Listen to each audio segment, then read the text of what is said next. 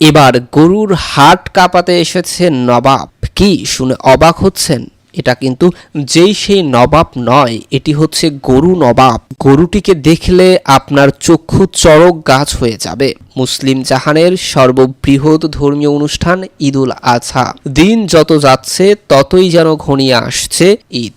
পবিত্র ঈদুল আজহাকে সামনে রেখে সারা দেশের মতো শেরপুরের নকলা উপজেলার পশু খামারি ও শখের বশে পশুপালনকারীরা প্রস্তুতি নিচ্ছে তাদের পশু বিক্রি করা নিয়ে। এবার কোরবানির পশুর হাট কাঁপাতে আসছে নকলার নবাব নামে বিশাল দেহি দেশি ষাঁড়। কালচে সাদা রঙের ও সুঠাম দেহের অধিকারী দেশি জাতের ষাঁড় নবাব উপজেলার পাটকাটা ইউনিয়নে পলাশকান্দি গ্রামের কাজীবাড়ির কাজিম উদ্দিনের ছেলে ফিরোজ মিয়ার পালিত ষাঁড়ের নাম নবাব। নবাব নাম রাখার বিষয়ে জানতে চাইলে ফিরোজ মিয়া সহ তার পরিবারের সদস্যরা জানান, বাছুর অবস্থা থেকেই শান্ত স্বভাবের, এটি পরিষ্কার পরিচ্ছন্ন থাকতে পছন্দ করে।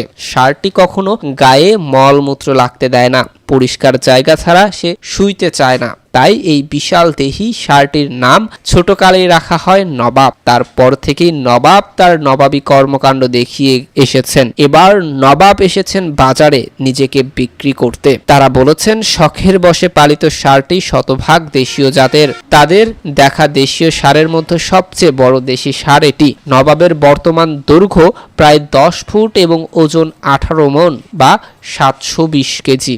অতীতে শতভাগ দেশীয় জাতের এত বড় ষাঁড় দেখেনি বলে স্থানীয় অনেকেই জানিয়েছে।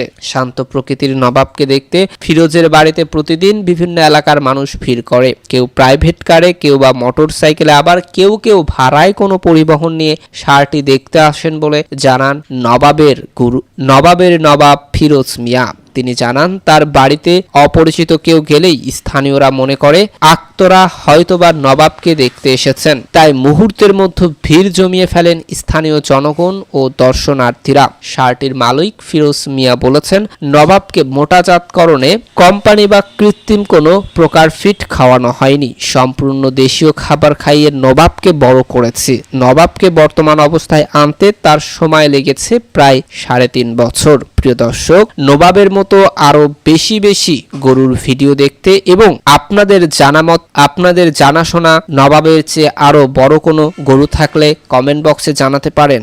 আমরা সেখানে যাব এবং তা আপনাদের মাঝে তুলে ধরার চেষ্টা করব।